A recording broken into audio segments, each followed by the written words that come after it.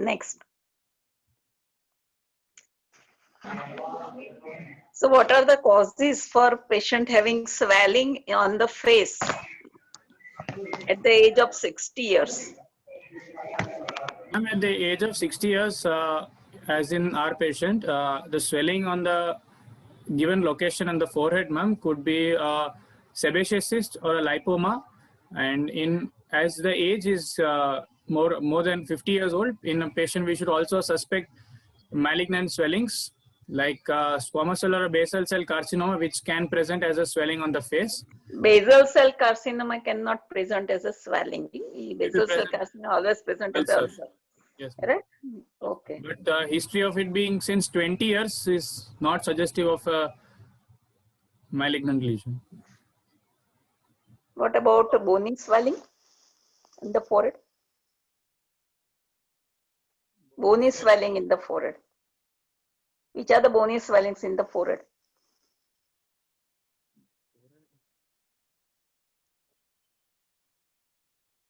Am I audible?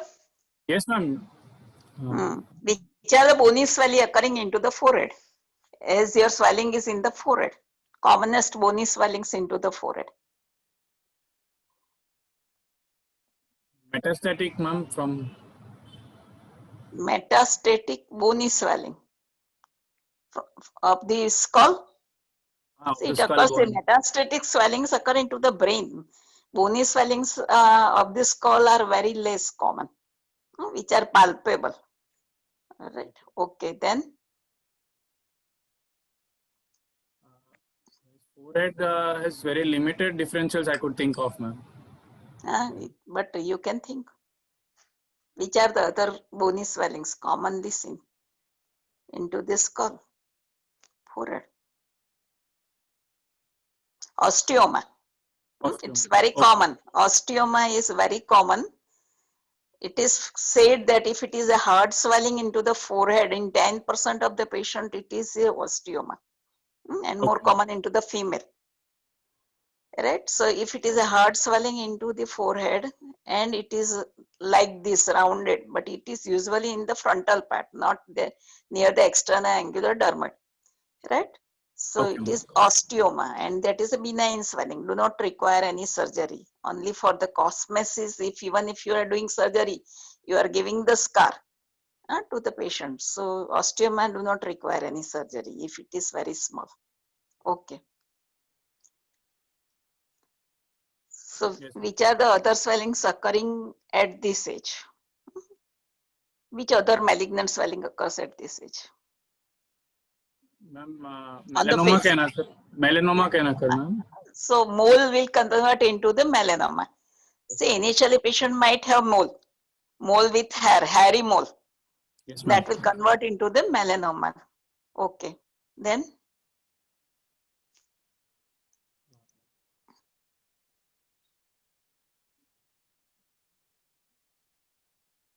The swelling on forehead, I am not aware. Lower, there can be a hemangioma or a lymphangioma, but unlikely on the forehead. Okay, hemangioma, lymphangioma can occur on the face. Okay, then. Nausea tumor, neurofibroma. Neurofibroma, yes, ma'am. Neurofibroma. Neurofibroma, neurolymoma, schwannoma.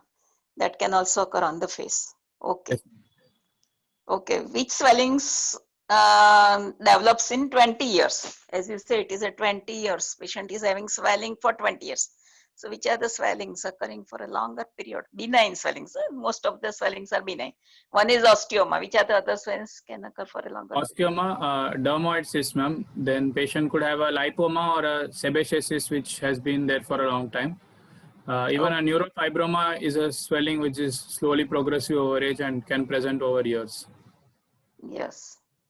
Next slide.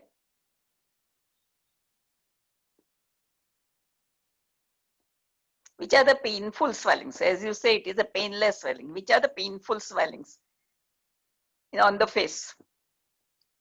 Painful swellings are generally inflammatory swellings, ma'am. Inflammatory swellings could include an abscess or a secondary. If this patient says that patient is having swelling since 20 years and now it is painful, initially it was painless and now it is painful, what is your There are two diagnosis? possibilities, ma'am. One of it is a secondary infection over a previously existing benign swelling, either a Okay. dermoid, sebaceous cyst, or a lipoma.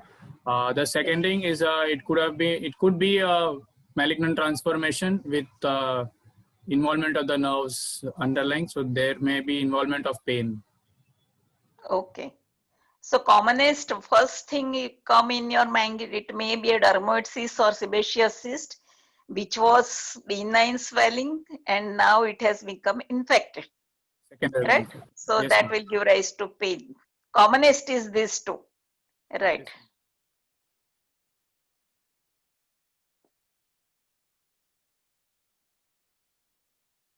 Which are the sudden changes you will find in a patient having malignant transformation? Malignant transformation in a previously existing swelling, ma'am. The possibilities are the patient gives rapid increase in size over the recent history of time. Like patient has the swelling from a long time, but in the recent past, the swelling has suddenly increased in size. There So can when we will be, say it is a sudden increase in size, it is a double in size most of the time. So if it is becomes a double in size, so then you will say it is a sudden increase in size because on the face patient comes early. yes, ma'am. Rest of the body patient can come later on, but in the face patient comes early. What else?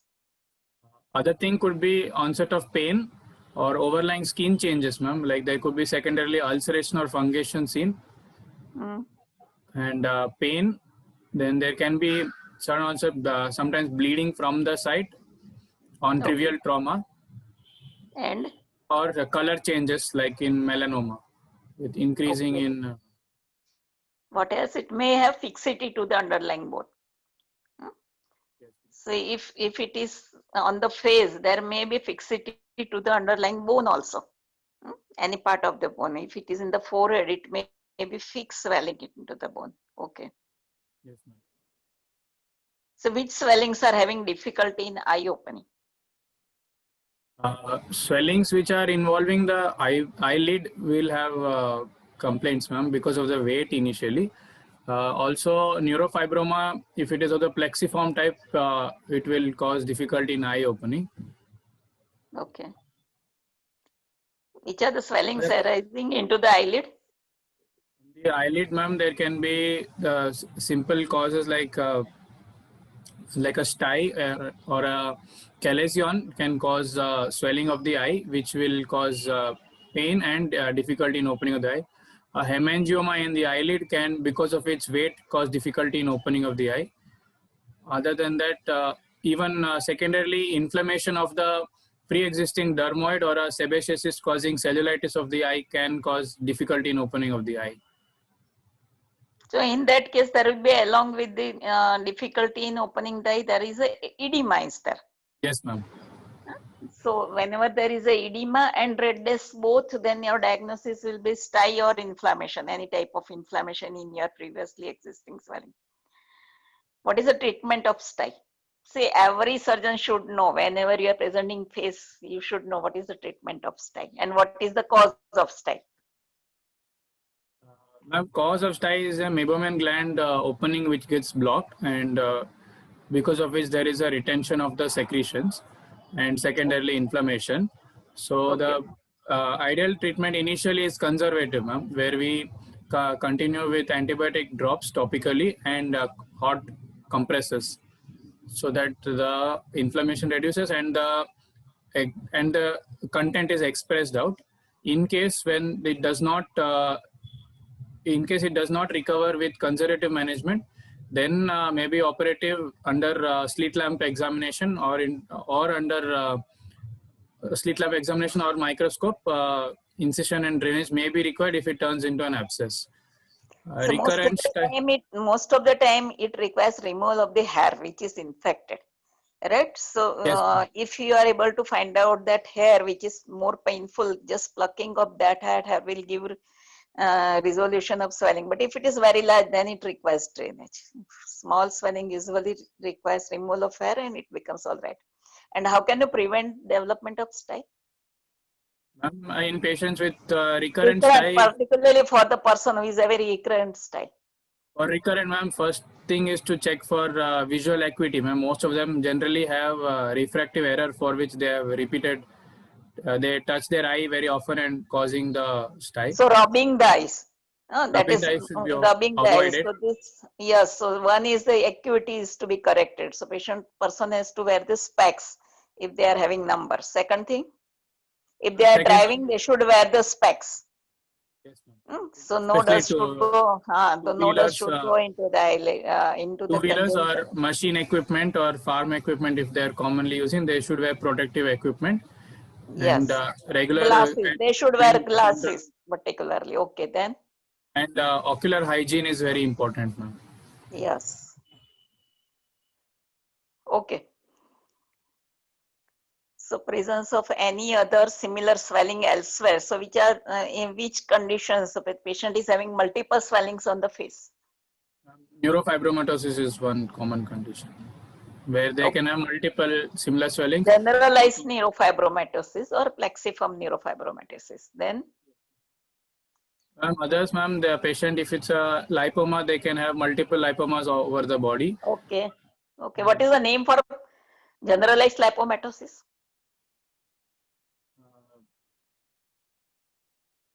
Painful generalized lipomatosis. What is the name for that syndrome?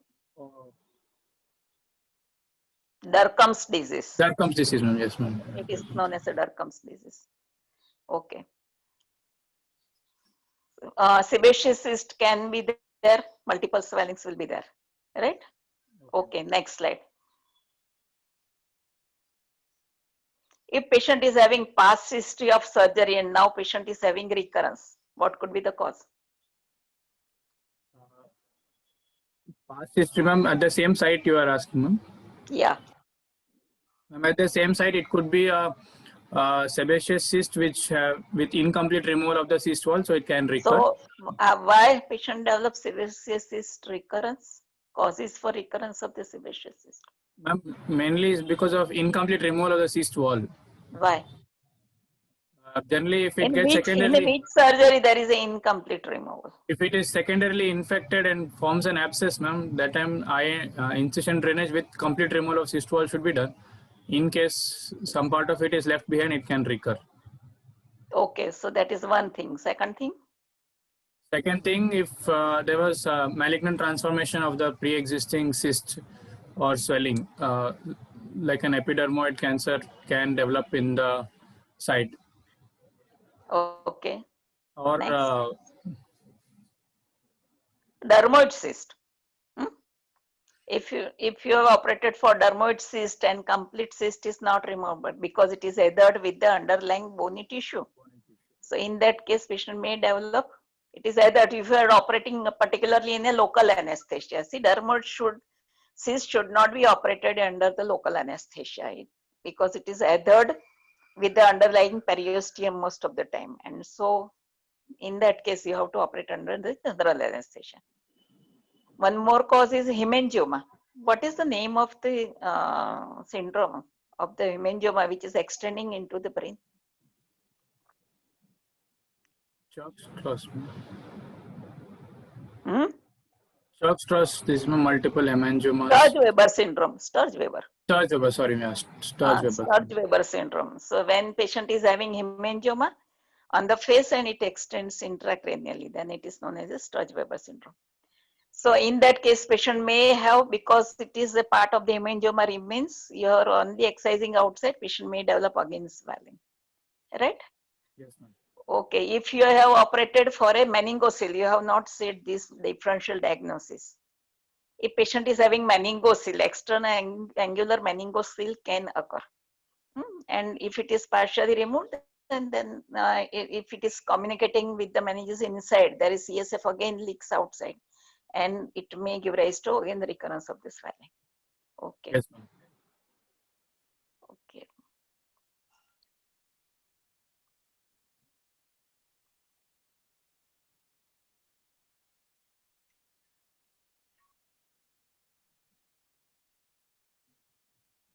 Next slide.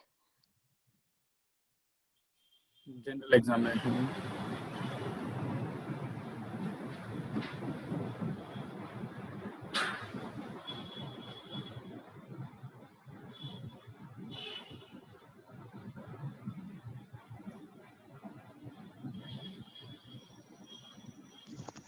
Hello. Hello. Hello. Hello. Yes, ma'am. I'll move on to next slide, ma'am. I will call. I will talk to you after 1 minute. Yeah.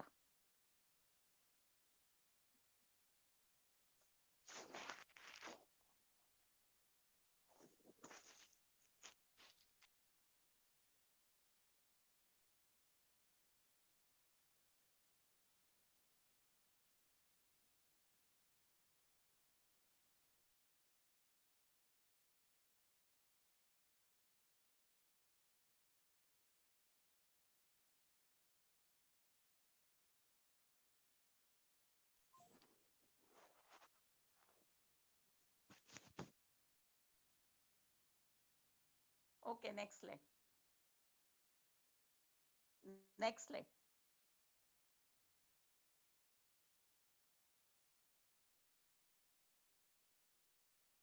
Am I audible?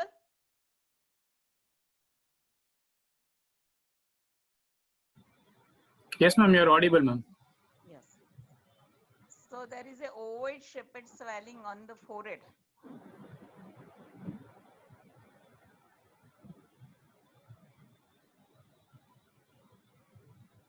With smooth surface.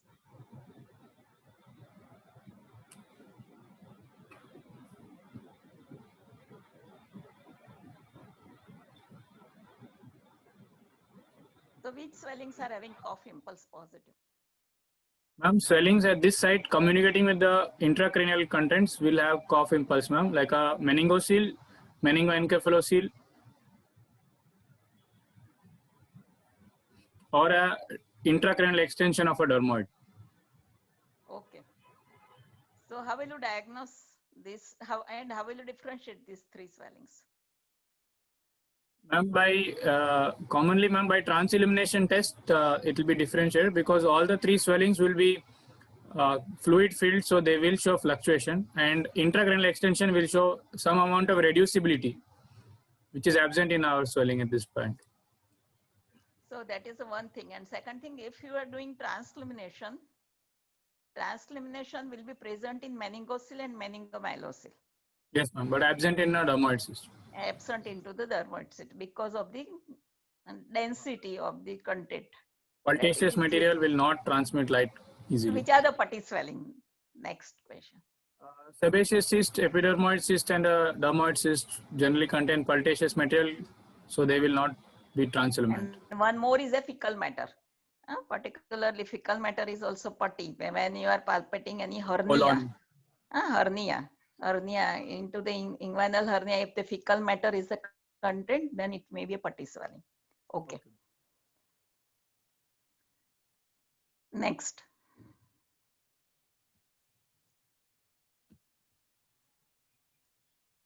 Palpatory findings. Okay. So which are the other swellings occurring around the eye?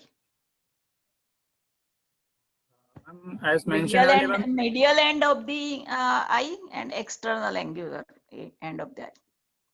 Ma'am, at the medial end, meningocele, meningoencephalocele, or a pure encephalocele is more common at the fusion of the embryonic points.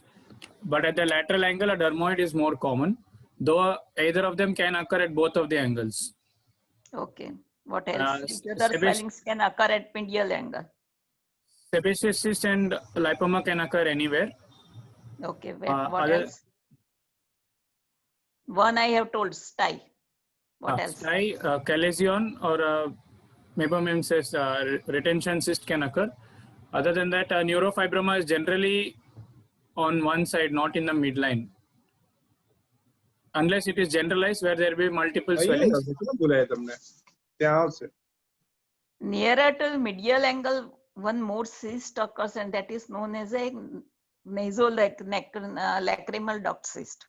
So patient is having swelling medial angle. So you have Yes, to ma'am. also keep in mind that patient may have fullness. It is not just like swelling, but it is just like a fullness like swelling. And that is a nasolacrimal cyst. So in that case, if there is some inflammation, it do not require surgery. You should not do IND in that case. So if you have any doubt, then it requires dilatation of the nasolacrimal duct from the nose. Yes, So ma'am. once it is drained from the nose, this duct is drained with the dilators also. ENT people dilate it. So if it is drained, then fluid will be drained through that area, right? Yes, Okay. ma'am. Okay.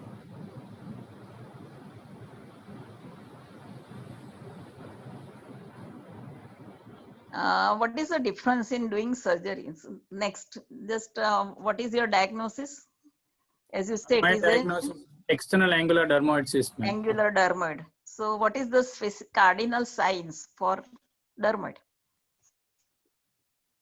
Cardinal signs for dermoid is it is a cystic swelling, which non-tender cystic swelling at the line of embryonic fusion, either in midline or in lines of embryonic fusion. In my case, the patients, it is between the frontal nasal process and the maxillary process on the right side. Okay. But cardinal sign is not completed. One more sign is it is usually having this age of the swelling. The bone of the swelling is usually eroded. So if you get this in X-ray of these patients, usually at this much large swellings, so you will find out that external table of the skull bone may be thinned out. I have the So CT of this patient, ma'am. okay, so have you got that CT? Have you Yes, ma'am. taken In this? the after the summary, I put it, ma'am. I'll just. Okay, show you. This is the ultrasonography, ma'am, which is showing a 16 by 38 mm size, well-defined hypoechoic lesion without internal vascularity and showing dot dash appearance.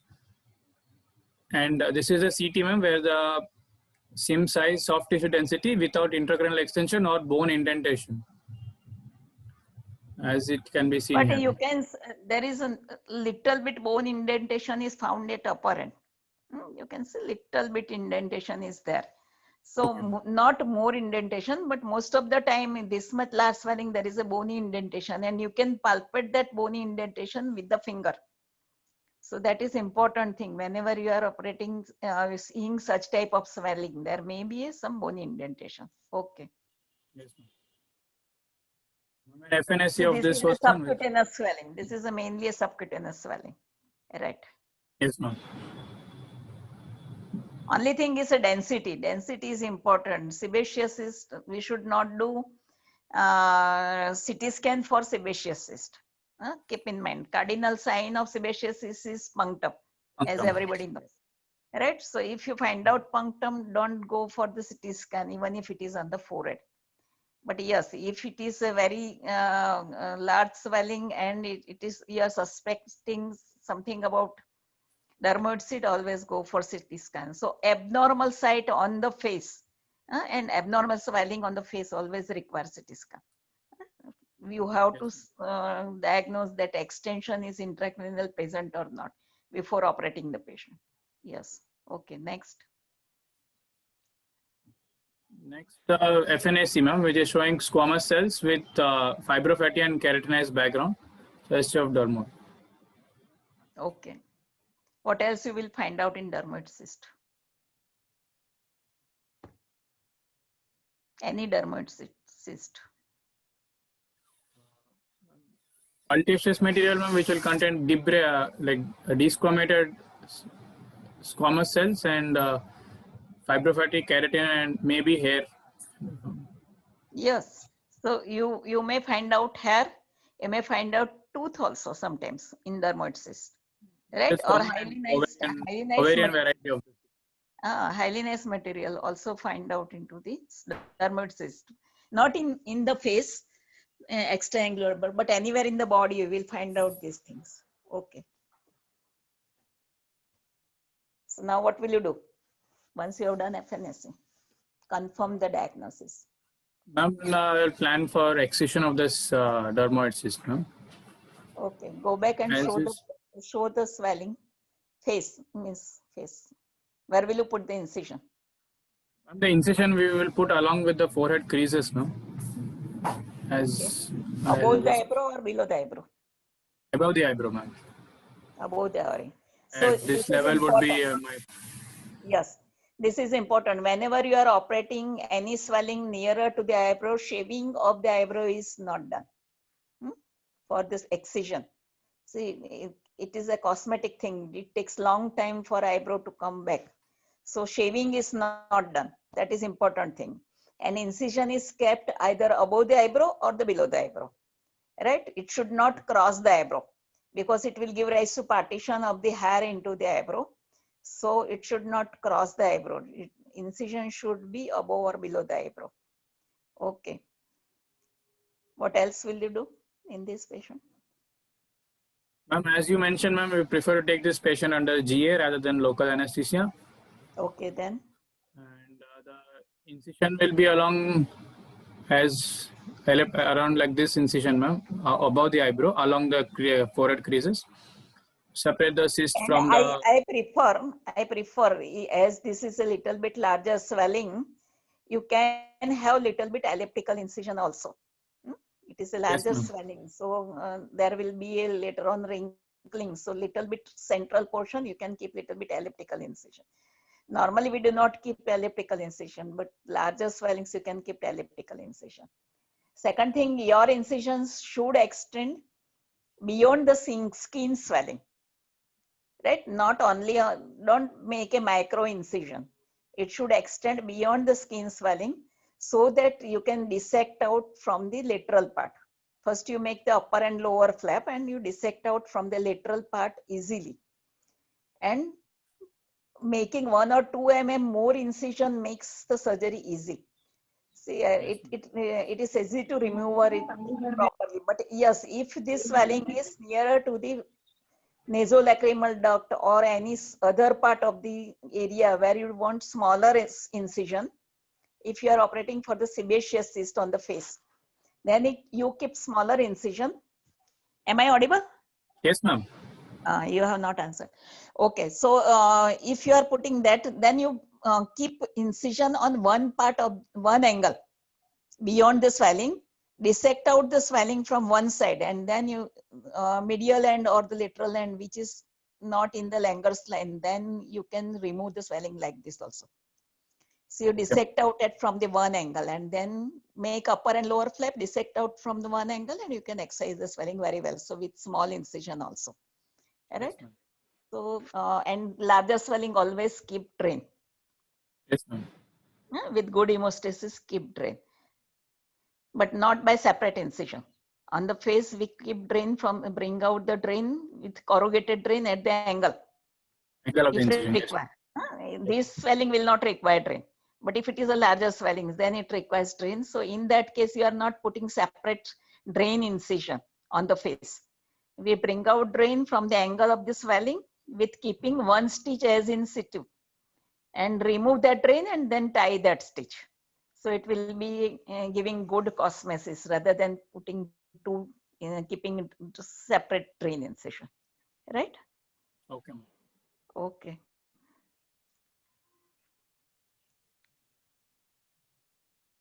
Which are the other site for dermoid other than face? Dermoid is common in midline, ma'am. It is also present Other than along. face, midline of the body, any part of the Other than body. midline, ma'am, it can be found in the mediastinum. It can be found in the ovary and the testis, and in the spine. Which are the different type of dermoid? Different type of dermoid, ma'am. This is a type of a sequestration dermoid, which is along the embryonic fusion. Other than there is implantation dermoid, which is generally when there is a finger prick or an injury, when the hair or squamous epithelium is implanted within the subcutaneous tissue, which develops into a dermoid cyst. Okay. Then only two type of the dermoid. Third is a totipotent cell. Totipotent, ma'am. That is the one that is occurring in mediastinum, testis, and ovary. Mediastinum testis, that is third. So it is a three type of dermoid. Okay. I think we have covered everything about dermat, right? Yes. Okay. Thank you, ma'am.